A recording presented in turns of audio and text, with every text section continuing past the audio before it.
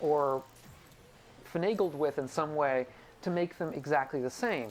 But the point is that either Sati was so foolish as to be saying something the Buddha had already said specifically wasn't true, I mean word by word, or more likely this particular view of Sati's was just sort of tacked onto the end of the other 5, perhaps, as, look, here's another way of saying the same thing using Sati's words. This is all The you. basic idea being that Sati I had fucked this that up idea that too. the self was something that was like a string holding together pearls, right? We have the pearls, which are the moments in time of the mind, and the consciousness is this kind of string that attaches all of them together, that is persistent, that is absolutely the same throughout, that feels the results of our karmic actions in the future, whether they be good or bad.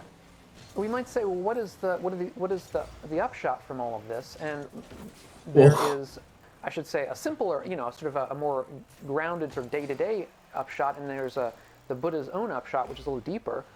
The day-to-day upshot is that we should learn not to take things personally so much. We should learn to relax around ideas of the past and the future, about who we really were and who we really will be. And this involves also perhaps relaxing around specific ideas of, let's say, our own errors that we've done in the past. I mean, all of us have made mistakes in the past.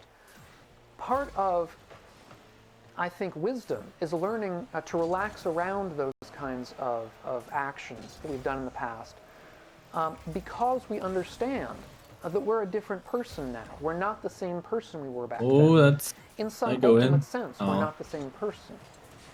We're not, there's no single string of personhood throughout. Within the Western religious tradition, there's this notion of a permanent soul, so that, if you did something in the past, that having done that thing bad really does redound to your entire soul throughout your entire existence, because it can end up getting you in hell for an eternity. Shit. Whereas in the Buddhist way of thinking of things, you're not the same person moment to moment. So insofar as this mind stream continues and may feel bad effects in the future, Yeah, we gotta it's hit not it out really of there. the same person that did these things, and in that way we can relax around them. So We may I also know, but be you worried can't. about You the go in next day, circles. about something They're bad that's going to happen to us they've tomorrow, gone so let's far. say, or next week. Perhaps Oh, we have to do something unpleasant, or we're going to a doctor, or to have surgery. And one way to relax around that as well is to understand that, in a very fundamental, real sense, we're not going to be the same person then as now. And this kind of way of approaching these issues that was close. to relax in a wise way about our own I future almost and our missed. own past. And so Right in the fucking... tend to Yeah, lessen but I the made amount it of like... obsession we I might almost have fucking over missed. the 3 times, let's say past, present, and future. The Buddha himself, when he's discussing these problems. Oh, let's go!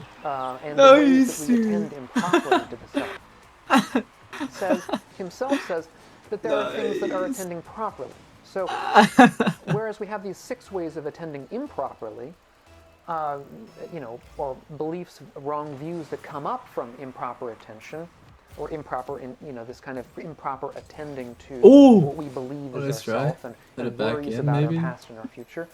There is a more proper way of attending, a better way, a more skillful way of attending. Fucking go! And that is to ask ourselves about suffering, and to attend to what is suffering, and to attend to suffering when it is arising, and say, this is suffering.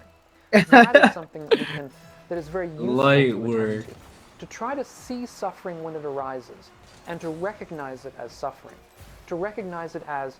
And I mean, suffering is kind of a heavy word. The word in Pali is dukkha.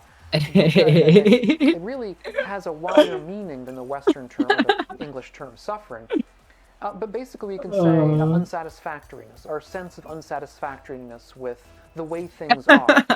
And when this feeling comes up in us, when we're aware of this unsatisfactoriness, the correct attending, or one of the ways to attend to this correctly or usefully, is simply to be aware of it as unsatisfactoriness. That's the first way. The second